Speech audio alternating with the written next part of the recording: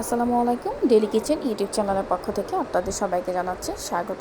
আজ আমি আমাদের চলে আসলাম নতুন একটি রেসিপি নিয়ে। আমাদের আজকের রেসিপি লাউ দিয়ে চিংড়ি মাছ।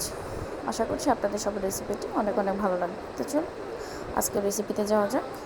এখানে আমি একটি লাউ কেটে ধুয়ে পরিষ্কার করে নিয়েছি।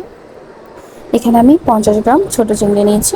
এখন এতে হাফ চামচ হলুদ গুঁড়ো, হাফ চামচ মরিচ গুঁড়ো এবং হাফ চামচ লবণ দিয়ে চিংড়িগুলোকে হালকাভাবে মাখিয়ে নেব। চিংড়িগুলো মাখা হয়ে গেলে এখানে আমি নিয়ে নেব দুটি পেঁয়াজ কুচি, একটু বড় সাইজের টমেটো এবং 7 থেকে 8টা কাঁচামরিচ। এবার চুলায় আমি একটা প্যান বসিয়ে দেব।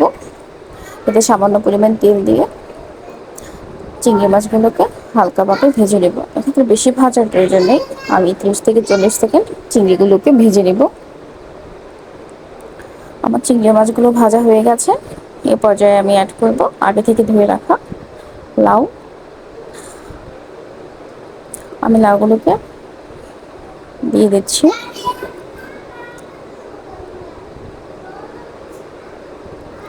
এ পর্যায়ে আমি অ্যাড করব টমেটো, কাঁচামরিচ এবং পেঁয়াজ কুচি।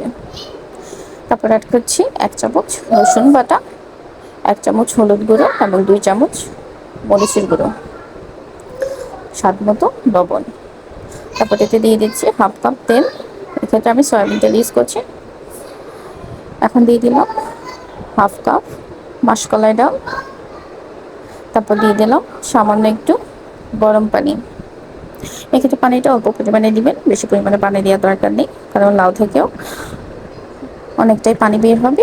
ওই পানিতে লাউ রান্নাটা হয়ে যাবে।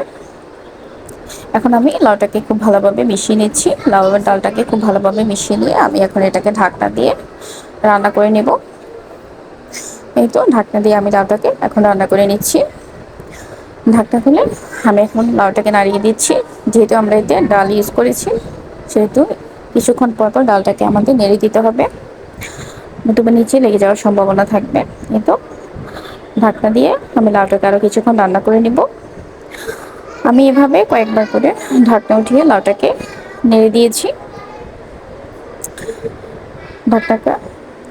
ঢাকনা দিয়ে আমরা লাউটাকে রান্না করে নেব। এই তো আমাদের লাউ রান্না হয়ে গেছে। এখন আমরা এতে সামান্য পরিমাণ ধনেপাতা অ্যাড করব। ধনেপাতা অ্যাড করে আমরা ঢাকনা দিয়ে লাউটাকে আধা 2 থেকে 3 মিনিট রান্না করে নেব। এই তো হয়ে গেল আমাদের আজকের রেসিপি মাসকলাই দিয়ে লাউ রান্না। আশা করছি আপনাদের সবার রেসিপিটি অনেক অনেক ভালো লেগেছে। আপনাদের যদি রেসিপিটি ভালো লেগে থাকে তাহলে লাইক, কমেন্ট এবং সাবস্ক্রাইব করে আমাদের পাশে থাকবেন। আল্লাহ হাফেজ। আসসালামু আলাইকুম।